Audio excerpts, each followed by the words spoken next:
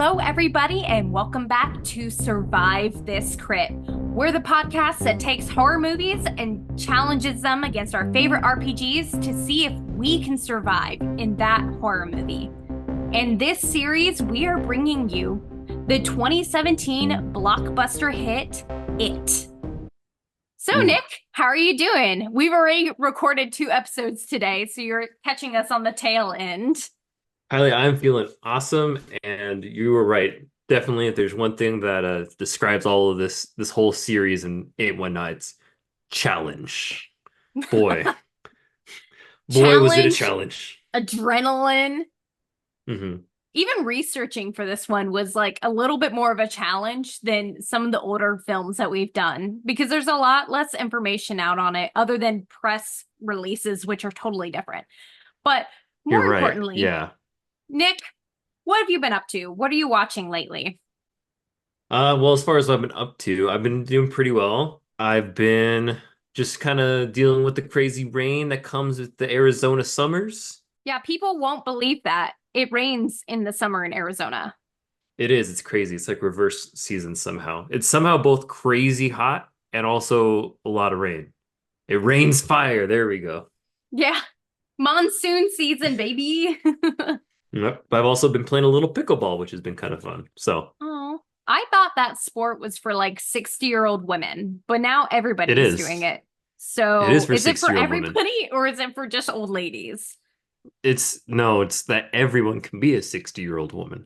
Mm, okay. All right. I can get behind that. What have you been watching? Let's see. So TV wise, there's a very funny one I wanted to recommend, and it's great because it's a horror comedy. Ooh, It's called Ghost Stories.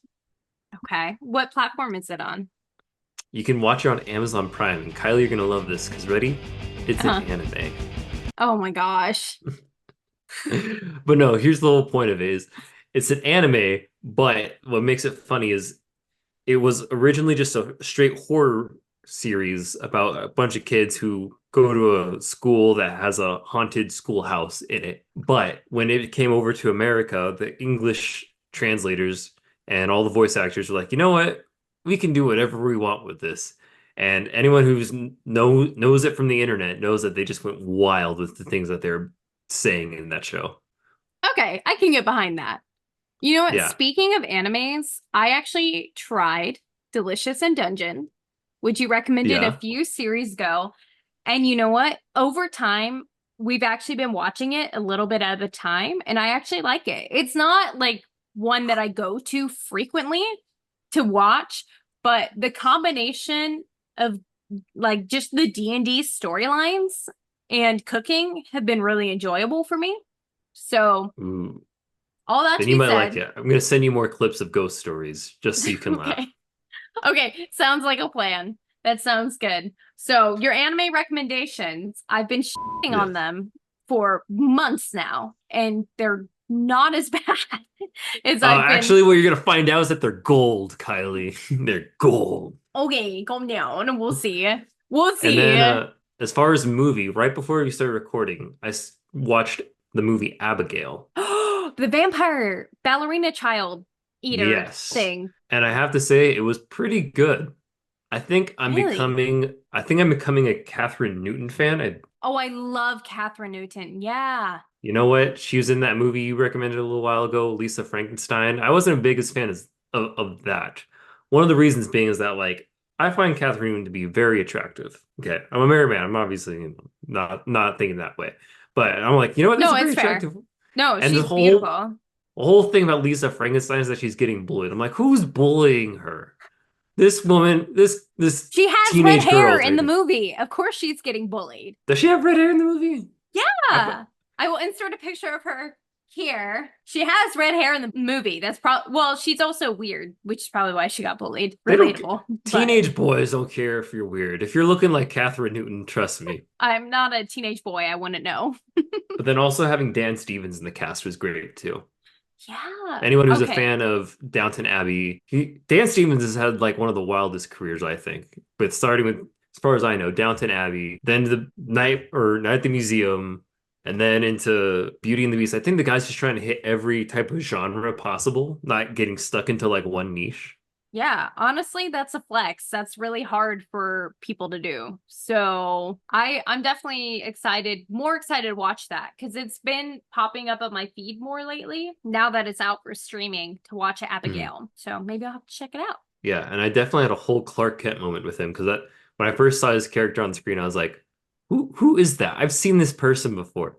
And then I had to look it up. I'm like, I face palmed myself. I was like, that's just Dan Stevens, Nick. You know this. You know what? He was acting. That's what made him so different. You're right. Acting can make so many different Acting. things happen. What about you, Kylie? Well, things have been good. I just finished writing my first short film with who will be our guest in 2 weeks, the amazing writer and Hollywood assistant Jamie Colbrenner. We just finished writing our first short, which I have always enjoyed writing. I've never written like a screenplay.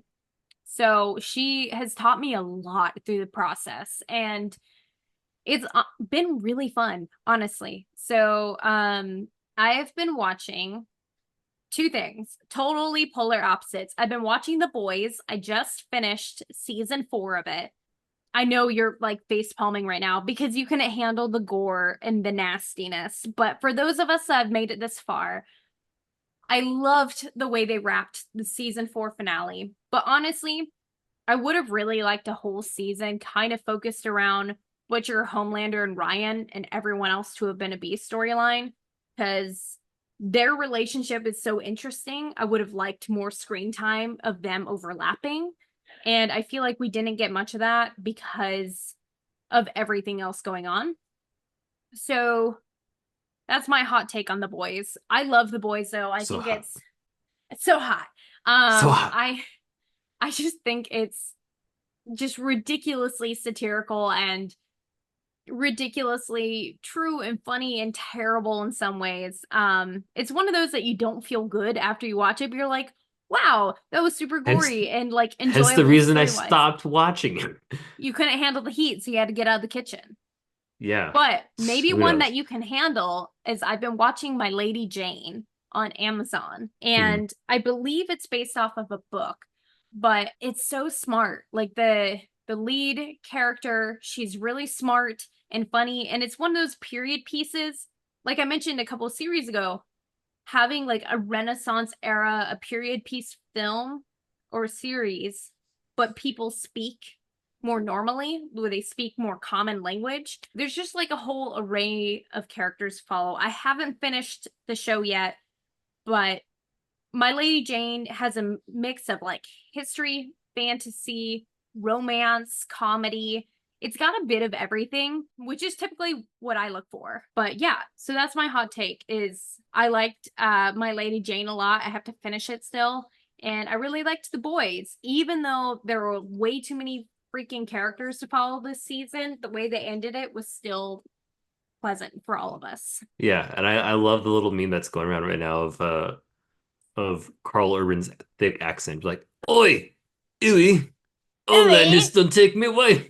oh, Melinda's gonna take me away. Ooh, Huey, I'm gonna cause chaos and wreak havoc on the earth. Yeah, basically, that's his character in a nutshell. And also deep thoughts with the deep.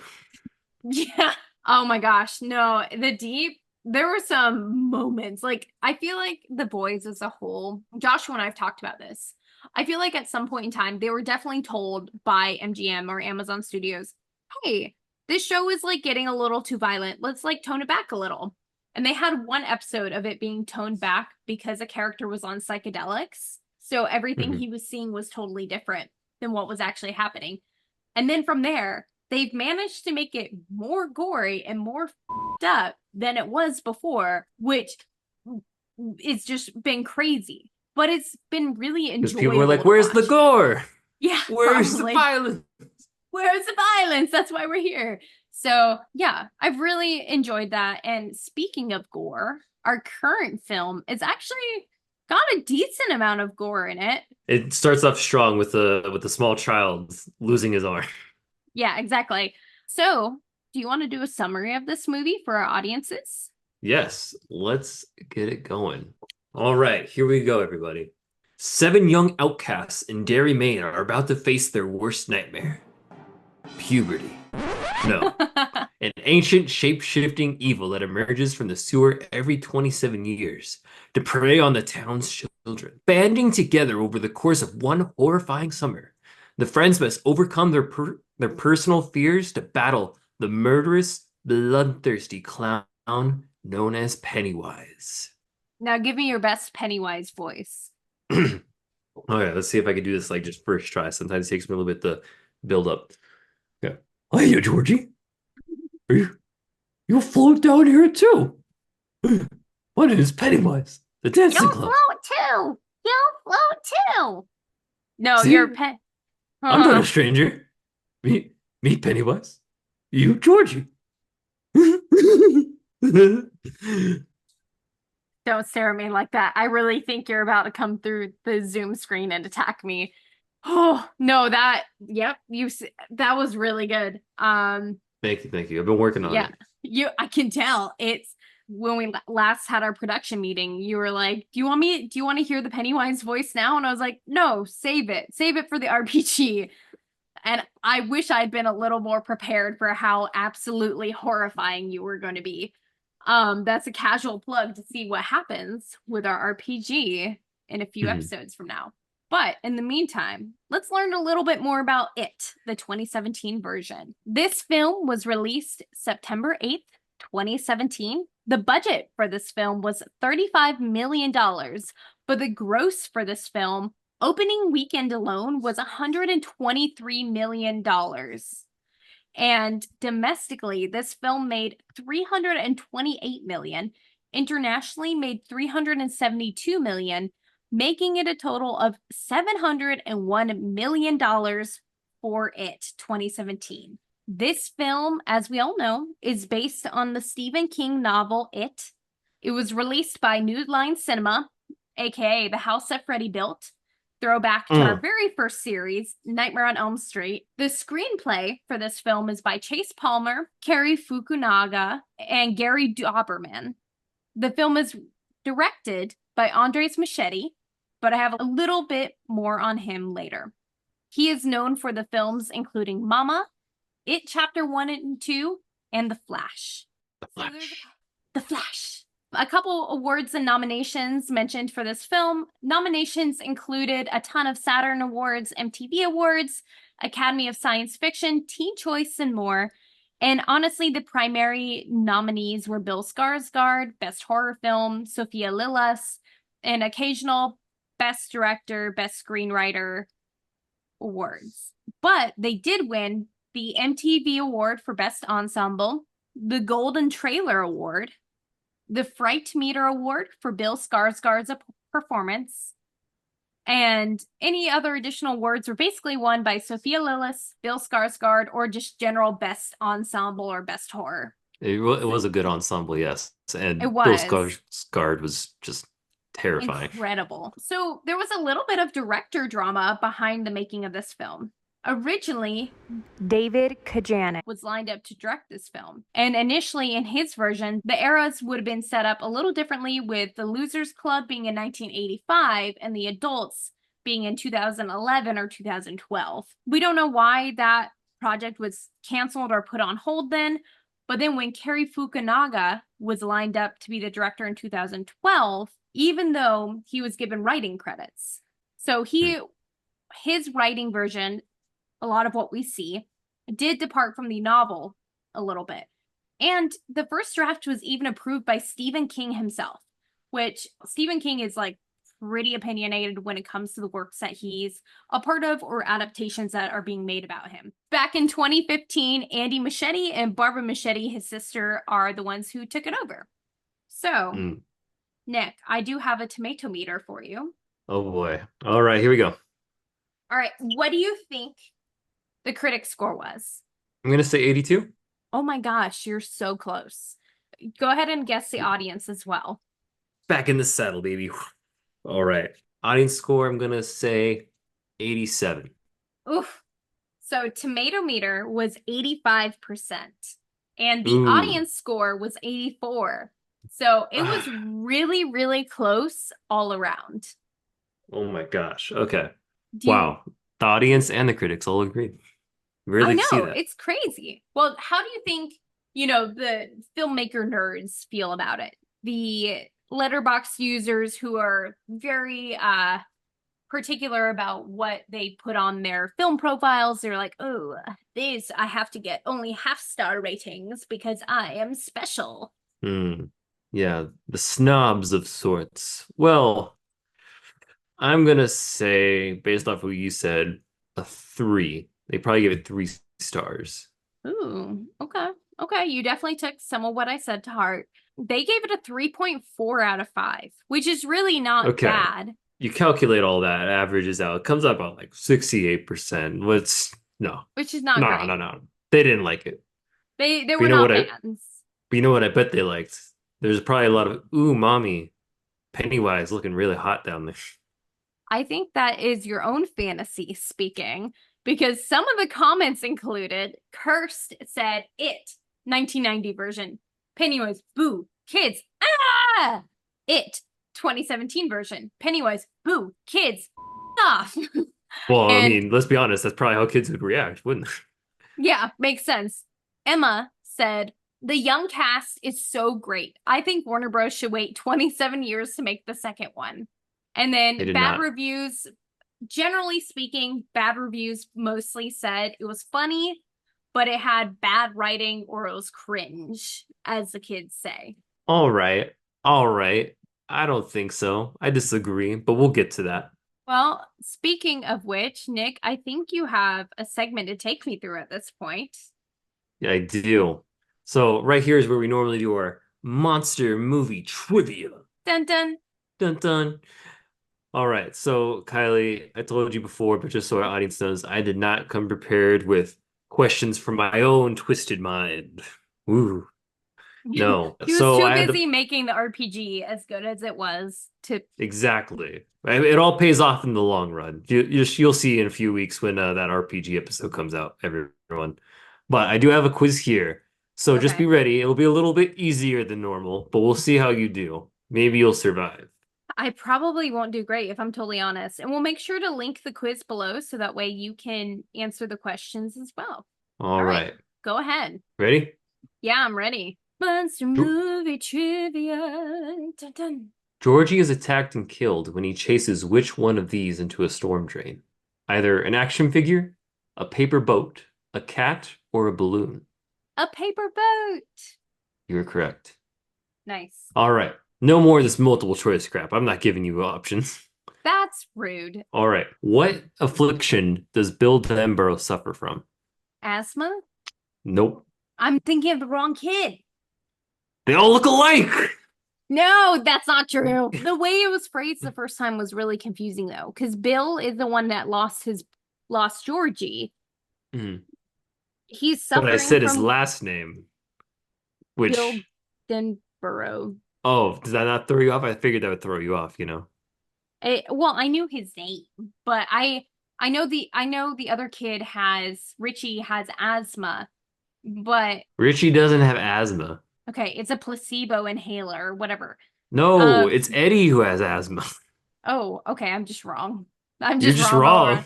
Okay, go ahead. Tell me, slash me. I'm ready. Slash. Oh, Oh, yeah. Bill Denborough suffers from a stutter. oh, well, the way it was phrased, it made it. Yep, I could have guessed that. I really could have, and my brain blanked out. I just was so proud of how far he'd come that I didn't even focus on that. Nope. All right.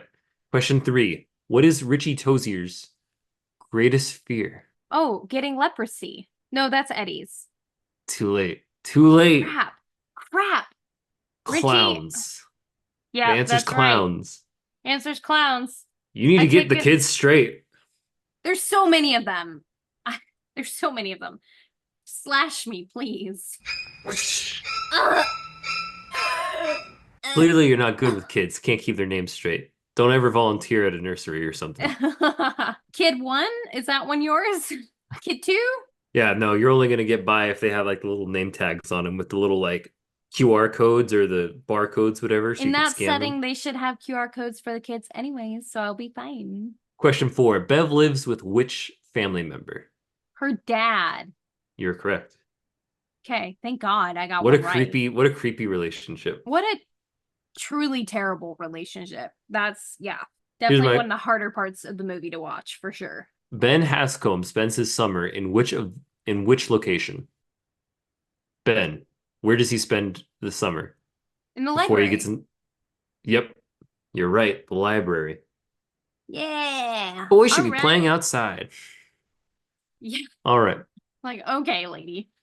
Some of us can't be in the sun for very long. Thank you very much. Okay. Stan Uris follows which faith? He's Jewish. Yep. Eddie breaks what body part? His arm. Yep. Okay. Bonus here, a little bit tidbit. What does it say on his cast? Oh, it says loser, but he changes it to lover. Hmm. Well, so doesn't someone else? I thought that one girl changed it to lover. No, no. So she wrote it down as loser and he changed it to lover, I think. Hmm. I think he's projecting some things there, but oh well. Okay. Mike Hanlon's parents were killed by what? A fire. Like a Hmm. factory fire. I believe it was a factory fire. I don't know. I just remember there being a fire for sure. Yeah. Because that was his first like vision that he saw. The Losers Club most commonly encounter it when it takes on a particular form. What is the name of that form? Lives, the dancing clown. Oh, the dancing clown. All right. The final question. The kids corner it, but where do they find its lair? Down in the basement of the old house. And down the well. Inside the well, inside the basement of the whole house. I don't know how detailed you want me to be. It's in the sewers. In the sewers. You didn't Yeah. say sewers at all. You didn't hint at it, so I think No, we're gonna have to give you your third I know. slash. No, I know it's in the well, and oh, Kylie, you almost had it. Ready? Slash! I almost had. I literally, Man, I I thought you were could. gonna do all right. I thought I was gonna walk out of monster movie trivia for the first time in a year. I don't know. I started Alive? losing track. I just assume we're all gonna lose. Yeah, that's the method behind this podcast. We're all gonna lose. Apparently, you didn't watch the movie though, I watched it chapter 1 and 2. Thank you very much. but you can't even keep track of the kids. No, there are a lot of kids, so that is part of my beef of this film. But I'm curious what your thoughts and opinions are on this movie. All right. Well, in general, I say I liked the film. I liked it as far as like I thought the child actors did a really great job in what they're doing. I thought Bill Skarsgård did an amazing job Yeah, in terms of absolutely. being just a terrifying presence. I think he did really well at nailing down just a couple little niche things for like a terrifying clown. Mm, And he even brought in like he was able to apply a skill that he had already, which was his lazy eye movement thing yeah. he did, just to add a little things I that wonder if I can do like, it still. I used to be able to do it. Let's see. oh my gosh, can you do it? Am I doing it? Not quite. I can kind of see like a, It's a trying. little deviation, Okay. but I'm not. Ooh. I think okay. Yeah, I saw it a little bit. Ooh, don't ever do that again. There, that will be recorded on YouTube for everyone to view. So I liked the performances of the actors. That was great. Mm, I liked looking in behind the scenes as well, just to see how everyone like prepared for their roles, which I really enjoyed, and I'll get more to that. But in general, I enjoyed it because it was terrifying. It had a few jump scares, which I know I'm not the biggest fan of, but it didn't do too many, and mm, it. I think what I liked most was that it just kind of had a good pacing of scary, and then you get a nice breath of fresh air where you focus on the kids and their normal lives and yeah. just doing normal kid things like the swimming down at the quarry, or you just have Yeah. some funny banter between the kids, making sex jokes, which is something I don't know if what you were doing when you were 13, but as a 13-year-old Nick, Nick was totally saying, sex jokes and making making some crude Making your mama comments, jokes. making your mama jokes all the time. Yeah. Uh, so yeah. I think cinematically, I love how this film was done. Like the screenplay turned out great. The casting, the cinematography, like the actors were amazing and the directing was great. I think I know that this is directly because of the book, but I think like some of the relationships between the adults and kids were just like there was nothing redeemable about any of the adults in this town. Like Oh me yeah, no. mentally was like, okay, Pennywise just kill all the adults. Nobody's gonna Well, care. no, Pennywise Everybody is the one hates them. making he's the one making the adults act that way I know. And that was to an that was like extent. that was frustrating as a viewer because even like a normal mom would have like some compassion to their kids being freaked out. Like I get why Beverly's father wouldn't be, but there was a lot of parents that could have been more compassionate to what was going on, and that was a little frustrating as a viewer. But I think there are also times where occasionally comedy bits fell flat. Like you said, there were highs and lows, Mhm. and in whether being scared or being relaxed, scared, relaxed. And I think there are some times where the comedy just didn't hit for me, where as a viewer, whether it was something that Pennywise said or it was something that usually Richie said that just didn't like tickle my funny bone as a viewer. And I was like, okay, like we're trying to make jokes to like move the plot along. But visually I loved it. And I loved the acting, directing, and even the score was beautiful. But there were just some moments like it's hard to make a almost 2.5 hour long movie enjoyable the whole way through. It's really Yeah. hard to maintain your audience's attention the whole time. So kudos to them because it chapter 2 is even longer. But it honestly wasn't my favorite, but I do have respect for the work that they put into it, but it's honestly not my favorite one. Mhm. I get why it did so well. It's stunning, but Oh I think yeah. story I wise, it's not my favorite. I remember seeing this in the theater when it first came out back in 2017, Hmm. and it definitely had that one big effect I remember where I always classify whether or not a horror movie was good, and that's if it kept me up at night. And I definitely remember for a few months after that, that movie did keep me up at night, thinking, "Oh my gosh, Really? Pennywise is just outside the window, isn't he?" Stuff like that. I will say, in Richie's defense, he is a 13-year-old boy trying Hmm. to figure out comedy. And I mean, that's the thing. His whole characterization in the Stephen King novel is that he's kind of a stand-up comedian type of kid. That's Like true. And that's his whole shtick. And he's 13. He doesn't know what good jokes are yet. that's He's true. just, And he's figuring it out. And I think maybe I was just like a little harsh coming in, maybe just looking for things to be wrong, if anything, because Mhm. maybe it's like it's a good movie, but maybe it's just not my cup of tea. Maybe I'm What? just a killer clowns from outer space girl, not a Gotta love Pennywise those B girl. movies. Gotta love those B movies that make no sense at all, but they're silly and crazy. But What did you think of the child actors themselves? oh my gosh, I loved the child actors. They were amazing. I heard that this was like Sophia Lillis's like first major role, and she was incredible. Like I loved watching her on screen. I saw her in Dungeons and Dragons last year, and she was even amazing in that. So like the acting was amazing. Like all those child Mhm. actors really just being scared and pretending to be scared day after day, and them acting like real friends in real life, which I have a couple notes about that on tactics the director took to make sure it felt that way. But these actors really put their heart and soul into this movie. Did you Oh enjoy yeah. the child acting too? I definitely enjoyed the child acting. In fact, if you want right now, I can start telling you about some of the Yeah. research I did on the child actors, some interesting things. Tell So, me. Tell me the tea. the T baby, child actors, normally terrible.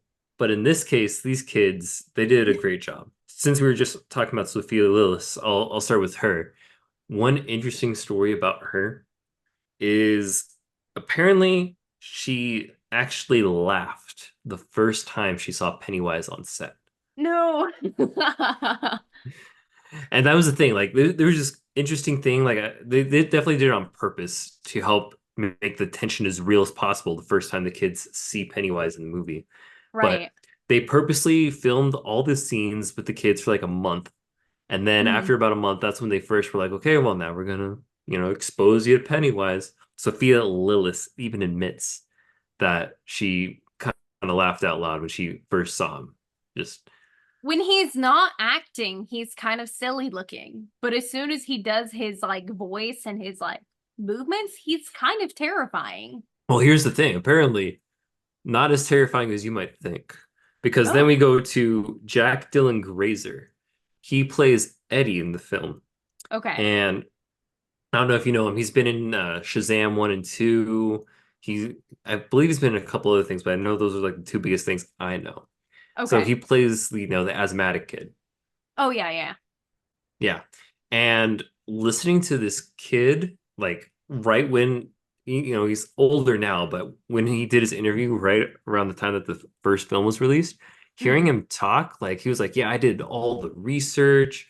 Like I was like, this kid's already a professional. Oh my goodness." And he talks about his first experience witnessing Pennywise, and he had this scene where I believe is where he's attacked by the leper for the first time, Oh, where essentially oh, you thought it was gross?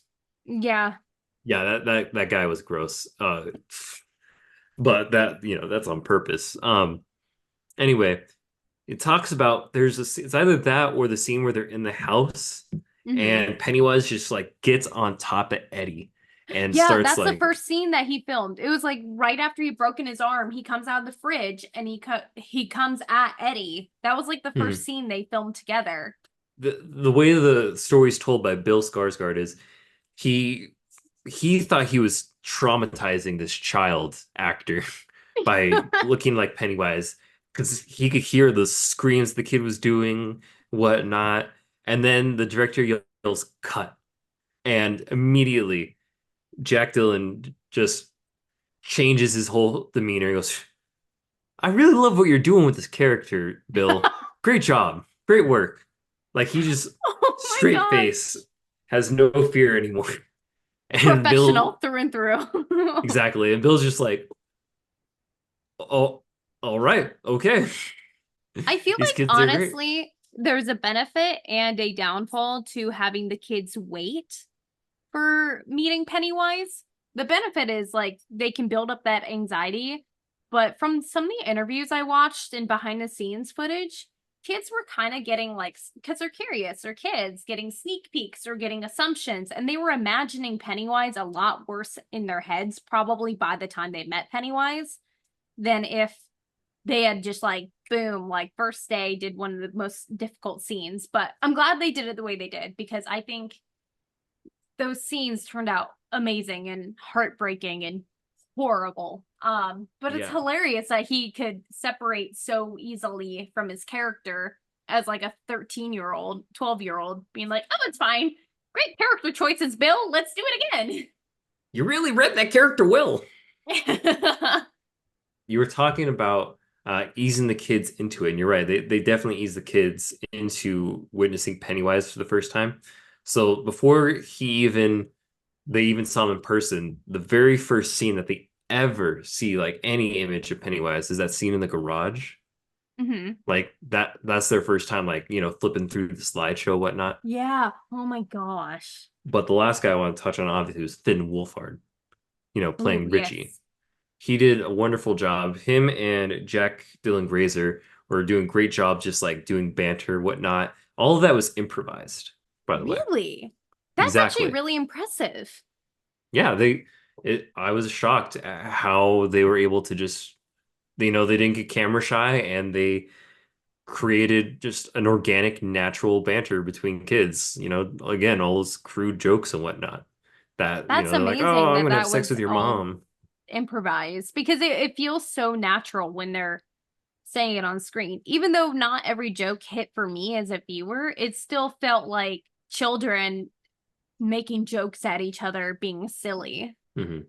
And the interesting thing was earlier talking about how they had to, was it how they restarted this project? He Hmm. was apparently already cast in Cary Fukunaga version. He was already cast, and he actually got casted before he went on to Stranger Things.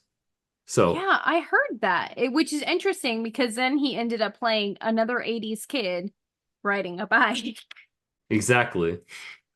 And, because of how the whole project was handed off from Cary to the current director, just he ended up now with that having coming out after his Mm, his debut through Stranger Things, that's which I thought was interesting. interesting. Yeah, that's So interesting because it would have changed his like fame trajectory probably really differently. Not a ton differently, but if it had come out first, like significantly before Stranger Things, it definitely would have changed how he would have been seen as an actor. And he would have been probably seen more as a movie star actor instead of a television actor. So it's interesting that he got cast in similar roles due to like the time period and hobbies, but very different character wise because Mike is definitely not the most Mike from Stranger Things is not the most like outwardly spoken character compared to Richie, who's like anything that's on my mind, I'm just gonna make sure everybody knows. And I'm gonna test out all my stand-up comedy on you. So that's impressive that mhm. even as a kid, he definitely had some range, even if he was kind of put in the same timeline. But you were talking about the director. So I have a couple things on Andy Muschietti if you want to hear about him. Of course. So Andy Muschietti, I have a little bit about him and more focusing on making of it. But about him, he started out as an AD on an Argentinian short film, Pictures of the Soul, in 1995, and then he worked as a PA on the film adaptation of Evita in 1996. And as we kind of learned from our interview from Jamie, like traditionally in our industry, you start as an assistant, typically as like a PA, like bottom of the barrel. You run, grab coffee, you do a lot of grunt work, and you're just there for long hours putting up with stuff. But shortly after that, he wrote and directed his own short film called Nostalgia en la Mesa Ocho. And then he second AD'd A Night with Sabrina Love. And then about a Mhm. decade later, in 2008, he wrote and directed a short film version of Mama. And then in 2013, developed it into a feature. And that opportunity led him to be able to direct it. Now we're not talking about 2019's Ma, right? With Octavia No, Spencer. Mama. Here, I'll read a log line for you. I've seen a couple clips from it. It is rough. It's very scary. It's definitely spooky images. I saw some images actually. Now that you're mentioning it, I'm recalling that there's some images and some inspirations that I'll possibly get to later with the that lady and the flute painting. Oh boy. Yeah. So the summary for Mama, his first feature, was two little girls disappeared into the woods the day that their parents were killed. When they're rescued years later and begin a new life, they find that someone or something still wants to tuck them in at night. Dun dun dun. Their parents. Yeah. So that was definitely interesting. But in regards to the making of it, here's a direct quote from Andy Muschietti. In developing the film, I was retrieving my emotional experience to reading the book. I wanted to communicate that feeling of intimacy and innocence of the losers. And it wasn't that difficult. It was almost like smelling those smells that stay with you so long. And a couple of his inspirations for this movie also included The Howling, The Thing, The Goonies, which I can definitely see in this movie very clearly, Stand By Mhm. Me, Near Dark, and the directing style of Steven Spielberg. Well, I heard that he got a lot of his inspiration from wanting to basically do like all the old Universal movie monsters and put those into his book. That's why we Yeah. see, I don't know if you caught it, but when they're doing their final battle in the movie, Mhm. one of the creatures he turns into, when Pennywise is just changing from one thing to the next, is the mummy. He actually turns Yeah. into a mummy and like gets one of the kids some bandages and whatnot. Well, that's because originally this film was supposed to be, I mean, not the film, but the book was based in the 1950s.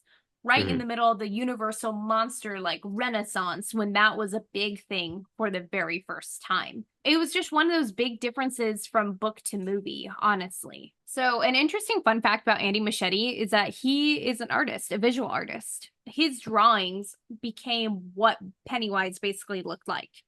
He took inspiration from the books and his own imagination and drew what Pennywise became. And he was really drawn to Bill Skarsgård audition, even though initially someone else with the other directors had been signed on. But Bill and Andy worked very closely to create this disturbing character. And Andy Muschietti said he did want to make Pennywise a little bit more unpredictable than he was in the book. And I think that's what comes in with Pennywise being a little charming at times and then flipping a switch. I think that does make him a little bit more unpredictable. Yeah, I mean, like the other thing that Andy said was he worked really hard with the kids to allow them to create authentic friendships and relationships. They would spend most of their evenings after work together, hanging out, because kids also work on really interesting hours too. Kids don't get to film like a full day. The other thing that Andy Muschietti said was that they thought that this project was a really exciting challenge. Andy Muschietti and his sister Barbara, who ended up being a producer for this, and they ended up cutting some things from the book. And a lot of that was due to their own personal boundaries and things that they didn't believe would translate on film. Well, have you done any research as far as like what some of those differences are? You know I have. Oh yeah, the first one I want to bring up because I feel like this is the hottest one. Let's get right into it. I know some people are uncomfortable with there's supposed to be a scene in the book where Pennywise makes Beverly's boobs like grow in like enormously, Oh my and that's supposed to gosh. like, I I'm did like not know about that one. I forget where exactly it happens, but I just remember listening to other podcasts like talk about that. And they were like, "Oh, that's just terrible. Why would Stephen King write about that?" And here's my hot take: is I'm like, yeah, like that's not great, but at the same time, it makes sense. Pennywise is an asshole. I don't know what the context is here, so I could be completely off. But if he is using it as like an alluring trap for these 13-year-old boys who have been established as having a love interest in Beverly, it would make sense that this demon devilish like character is like, oh, let me tempt them the only way I know how at this point, and let me tempt them by making their lusty idol more attractive to them or something. I honestly don't know, but that's fascinating. Well, no, no, no. See, that was the thing, was it wasn't against the boys in any way. It was more for Beverly's personal torture because part Oh, of the thing he kind of established, you can get the sense for it in the movie, but I think he's a bit more explicit about it in the book, is one of Beverly's biggest fear is growing up and, yeah. going through puberty, I can't speak for, I'm sure you can, but like going through the types of changes that you do as a teenage girl can be pretty scary for a lot of Yeah. young women. Okay, so it's from the perspective that Pennywise is doing this directly to Beverly to torment her. And if anything, it makes her more of a target to people like her father because he constantly asks throughout the movie, like, oh, is my little Beverly growing up? In a Mhm. truly disgusting, sinister way. So I can totally see what you mean by that. Did you know, speaking of Beverly, that there was supposed to be a sort of sexual scene where Beverly has sex with each of the boys? This was in the book. That I thought was completely ridiculous. I didn't understand it because the way I heard it was apparently they have the scene because it's supposed to be their way to bridge to adulthood, and by becoming adults in a sense they could better fight Pennywise or something like that. And I just remember thinking to It's like myself the like, okay, equivalent of their blood oath. Like the directors chose to do the blood oath instead because they're like, this will get it across. But I do have a quote from Stephen King in that regard if you want to hear it. yeah, yeah, let's hear it first before I get into what I was about to say. So Stephen King commented on this and said, I wasn't really thinking of the sexual aspect of it. The book dealt with childhood and adulthood, 1958 and grown-ups. The grown-ups don't remember their childhood. None of us remember what we did as children. We think we do. but we don't remember it as it really happened. Intuitively, the losers know that they had to be together again. The sexual act connected childhood and adulthood. It's another version of the glass tunnel that connects the children's library and the adult library. Times have changed since I wrote that scene, and there are now more sensitivity to those issues. I don't think it has much to do with sensitivity. It's because here's even worse than 13. The kids in the book are 11. It's 11-year-olds having, sex with one another. I'm like, there's Yeah. other ways you could bridge to becoming an adult. Maybe have them pay rent in an apartment at some point. Yeah. Maybe that'll File get you taxes. becoming an adult. Have them pay Enlist in the taxes. military. Listen, guys, I have a great idea. The best way we're gonna beat Pennywise. Here's a W-2 from each of us for each of us. Get ready for April 18th. Yeah, for real. So, like, that quote that he wrote out, I mean, I honestly still have a hard time understanding why he would have written a scene like that. And I think I would have to read the book in its entirety to know, like, the full context. But I really prefer the film director's choice of doing the blood oath. I think that reads on screen a lot better and it makes more sense because it is something that's binding them, and with the power of like having the scar that everyone is connected by. I do think Binding them through diseases transmitted through blood. I literally, when they did that scene, I my brain immediately was like, oh my gosh, their hands were in the muddy water for like the sewage water for who knows how long. How many different types of diseases do they have on their hands that they're spreading to each other? None of them are going to make it 27 years to the future because they all have just transmitted like 80 different types of diseases to each other. Oh yeah, Or they just have the best imagine. immune system in the world. Who knows? Oh, those 80s immune systems, built different back then. Picturing them being like 39 and being like slowly dying from like cholera or something, just being like, "We did it, guys. We beat Pennywise. We made If I Pennywise. die." Now we can die. Oh my gosh, there are definitely some more interesting book and movie differences. Is there anything else that you thought of? Oh, well, what I thought was interesting was so they didn't really get into it here in the Hmm. book, or not in the book, in the movie, but there was a lot of Lovecraftian elements Hmm. with, digging into Pennywise being like a cosmic, entity from a different dimension. And apparently you Yeah. find out he's in some type of eternal battle with a turtle that created the universe or something like that. Manturin. Yeah. I was like, what was Stephen King doing? What was he on when he was writing this book? Oh my gosh. But if you notice, there's actually some references to that fact throughout the Hmm. movie. Like when they're swimming through the quarry, that scene, and someone just like looks under the water. I forget which kid, but he goes like, "Look, a turtle!" Like that's supposed to be their little nod, be like, "Oh, see, we mentioned the turtle." And Oh my then gosh. the next one is where Pennywise tries to scare Bill in his own home.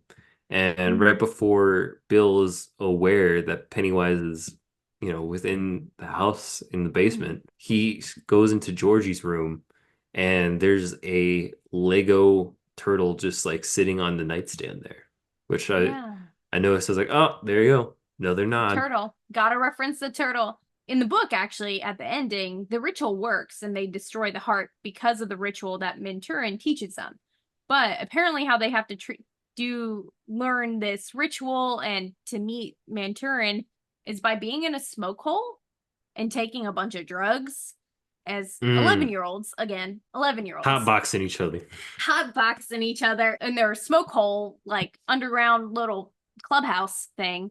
And Manturin teaches them the ritual of Chod to defeat Pennywise. And that's what they end up using ultimately to win. I like that Mike does it instead, but it is, I mean, because I watched it chapter 1 and 2 back to back, it is interesting that the characters Ben and Mike kind of switched in some ways, where Mike became the researcher, whereas Ben in the very first movie was the researcher and the one very focused on the facts and the history. And then the second movie, Mm. that's like Mike's entire purpose in the book is like, I know what's happening. I know the ritual of Chod. Yeah. this is why all of you are brought back so we can complete this ritual. Well, yeah. Well, Ben has to play the important role of being the sexy heartthrob, Mr. The heartthrob. Sixpack. Well, it's interesting in the book too. Mike doesn't make it to the end to do the ritual. He dies in the Hmm. library. He's killed by Henry, which Henry and Patrick are a lot more up in the book. I think an example that I read was Henry smothered his little brother, killing him, and was aroused by it. Like there was some really Ew. dark, dark, dark, dark Yeah. stuff that was, and there was a lot more racial tension too, especially between Henry's family and Mike's family. Think about like all the things that Pennywise is responsible for in the town because he's just like manipulating the adults and whatnot. Yeah. That just made me Well, I think, was like, all these what if adults in this Pennywise is movie to blame for suck. everything? What if Pennywise is to blame for everything in this country? It was Pennywise the whole time. It was Pennywise. Pennywise is Thanks, manipulating us. Pennywise. Oh my Thanks, gosh. Pennywise. Thanks, Pennywise. Well, I just wanted to add there was an interesting deleted scene that was not included in the final cut of the movie. And like I could not find full footage to this anywhere. There were a lot of deleted scenes, some for better, some for worse. Some of them were really violent and dark, and some of them didn't really move the plot along. But there was a particularly dark scene that took place in the 1600s around Pennywise's origins with humanity, where he's in the form of some devil-like creature where he's painted all red, and he's trying to tempt this woman Abigail to feed him the baby that she's holding. But there's a picture of it that they reference in It Chapter 1 of a woman standing over a well, and it's a reference to Pennywise as well. And that's a reference to that scene of Pennywise eating the baby. Super dark. Well, Honestly, that's what I was saying. hmm, Pennywise is an asshole. Pennywise is an asshole. I That's think the we can simplest agree. 100%. simplest description. Oh, yes, there was a big one I wanted to mention, which was the shame of how they kind of changed, because you're talking about how they changed Mike's character a little bit. Yeah. And I don't know if you knew this, but in the book, part of his character, like his whole backstory, connects the movie or the book rather, The Shining to it. So Really? yeah, if you remember in the movie how they talk about the club, the Black Spot. Yeah. So, they talk about how it burned in 1962. Mm-hmm. Well, the original story takes place where it turns out Mike's parents were at the Black Spot in the burning. And it turns out as well that there was a cook at the Black Spot. The cook ends up becoming the cook or the groundskeeper. I forget his role, honestly, but that character is in the book The Shining. So Oh my it's supposed to be gosh. like evident that like, oh, all of the Stephen King books and technically movies are connected.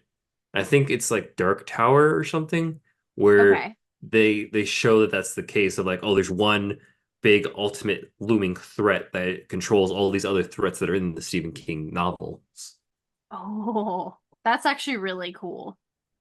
I So like that I'm a lot. hoping that'd be really cool if we could have a Stephen King connected universe of movies or something like that. Yeah, because I know Dark Tower came out like a while ago, like Hmm. maybe over 10 years ago, and I don't think it did so well, if I remember. But that would be Hmm. interesting to like, redo The Shining and redo this and, Yeah. you know, see what they could do. I don't know. I'm a little iffy about it. I'm not the biggest fan of remakes, but you never I know. think You what never know. you're talking about is maybe if they did like an anthology TV series where they connected the plot lines of the whole Stephen King universe. What would you think about something like that? That way we can see Think each that would be different connection. enough where it wouldn't, I think that'd be different enough where it wouldn't make me mad.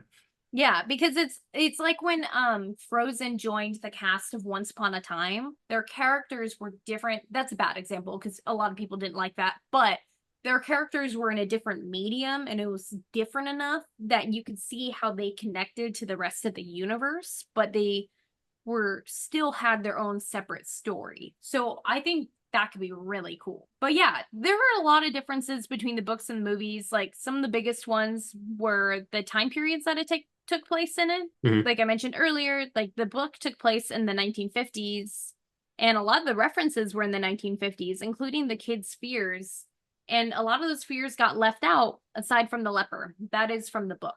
I think an important character in this film, though, that we haven't talked about is the location of Derry, because it is like this hellmouth, using some Stranger Things language here, of Pennywise's lair.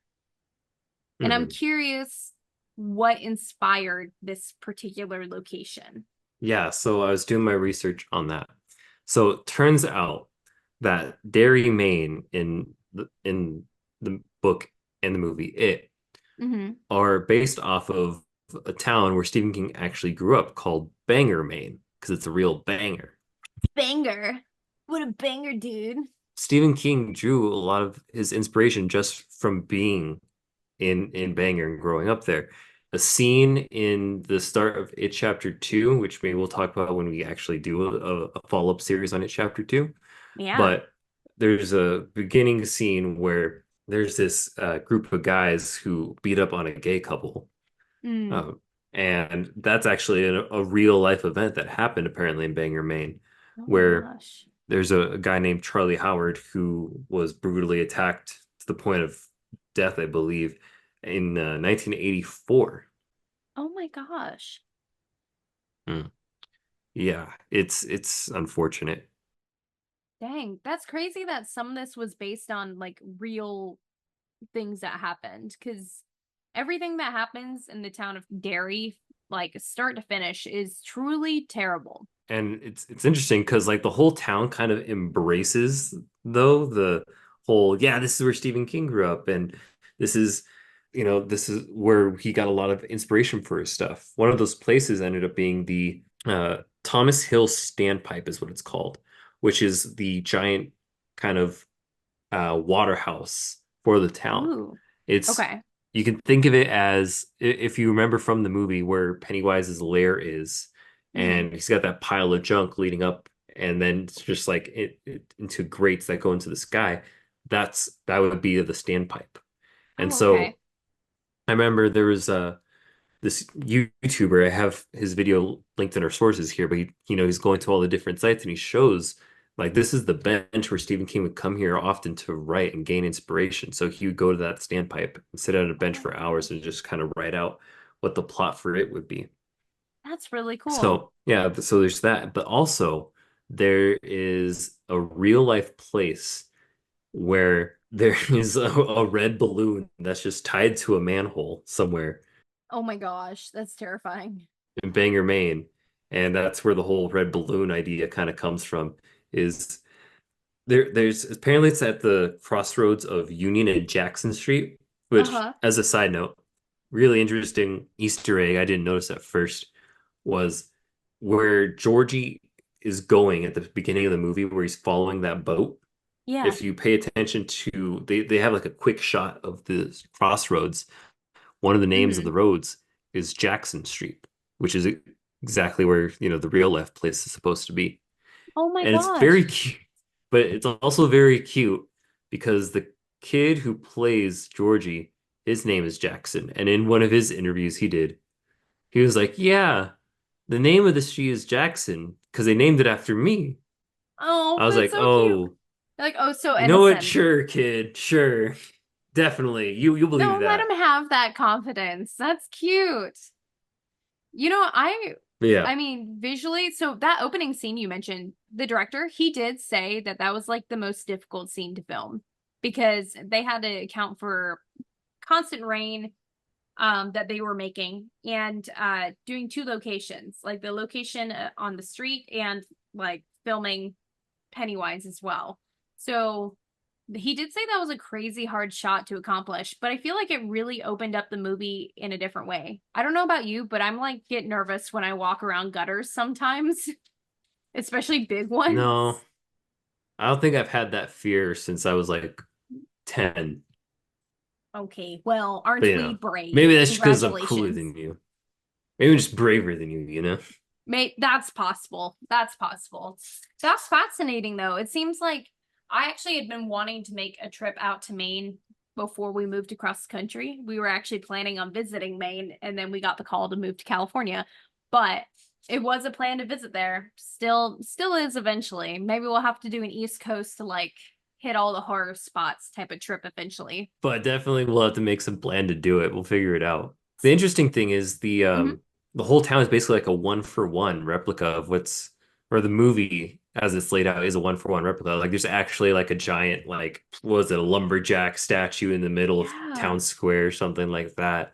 Like it's funny how they went to all this detail to get the town exactly right. I love that. I think for people who Mm. are from Maine, it probably feels much more eerily like home to them, especially those that are from that particular town. I'm sure those audience members, I mean, even if we have any in our audience, please let us know because I'd be curious what it's like being in a like your town being represented in a horror movie, even if it's in a fictional sense. It would be really Mhm. interesting to see something like that. The best that we get Arizona based is like old westerns, and that's not the same. Old Westerns and Raising Arizona. That's true. Facts. That's true. One last thing, though, I wanted to see what you thought about the CGI versus practical effects in this movie. So I wanted to give you a couple guesses. Do you think that the leper was CGI or practical effects? The leopard definitely had to be practical effects because I noticed his foot, and his foot was just like this big lumbering thing, and that to me just it didn't seem like it was CGI. That totally had to be practical effects. Yeah, that was definitely real. That was like makeup and prosthetics. They did a lot of makeup and prosthetics on this. Hmm. What about the flute lady? The flute lady had to be CGI. That definitely had to be CGI. That's right. And I was going to tell you earlier about it. The flute lady apparently, so it's not a real painting. Spoiler alert.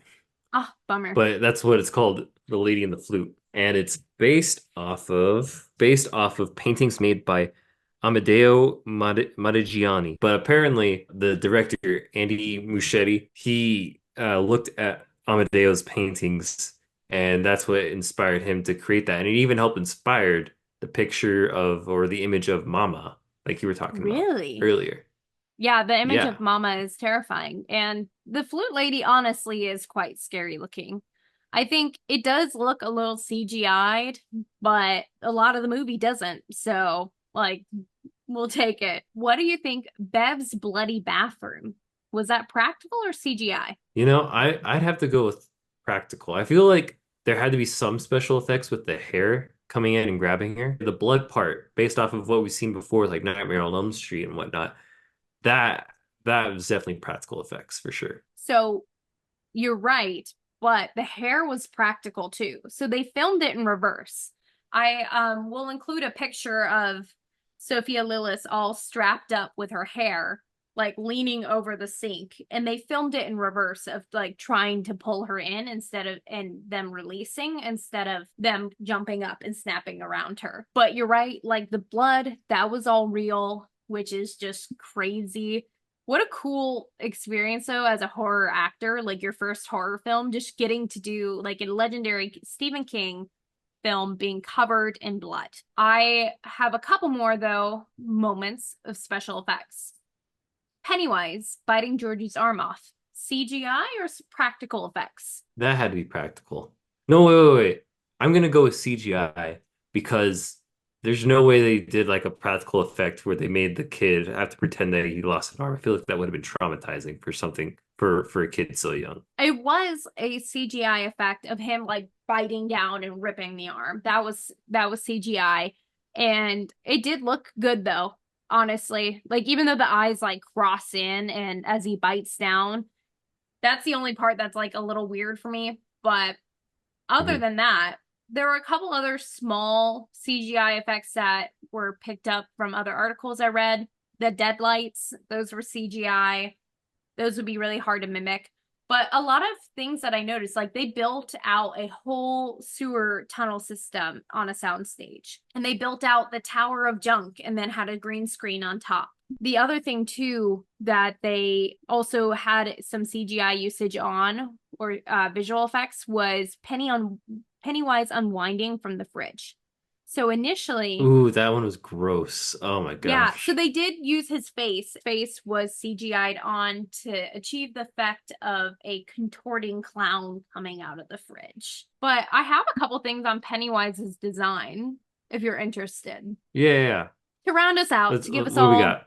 a couple nightmares. So, like I said earlier, Andy Muschietti, his drawings on Pennywise did have the white face and red lines. And they tried to make him not look too distorted. So they wanted to give him round, full cheeks and bigger lips to make him look less threatening and inviting to lure children in. And initially, his makeup took 5 hours to do. And that's including the I could believe that. prosthetics and the bald cap and the makeup and the wig. And initially, it got down to about 2.5 hours. But he was wearing a lot of prosthetics in the making of this film. He wore enlarged cheeks, razor teeth, and a larger skull. And the teeth would make him drool. So a lot of the drooling that you see happening throughout is involuntary. It adds like an element of horror to it all, you know? Like, oh, this guy's crazy. He's demented. He's drooling. Oh God. Ugh, No, drool. more like he no, but more like he's like salivating over his food, like delicious. That's how it reads though on screen. Like especially him and I believe it's Eddie in their first encounter after Eddie's broken his arm and he's like drooling all over Eddie as he's trying to like kill him.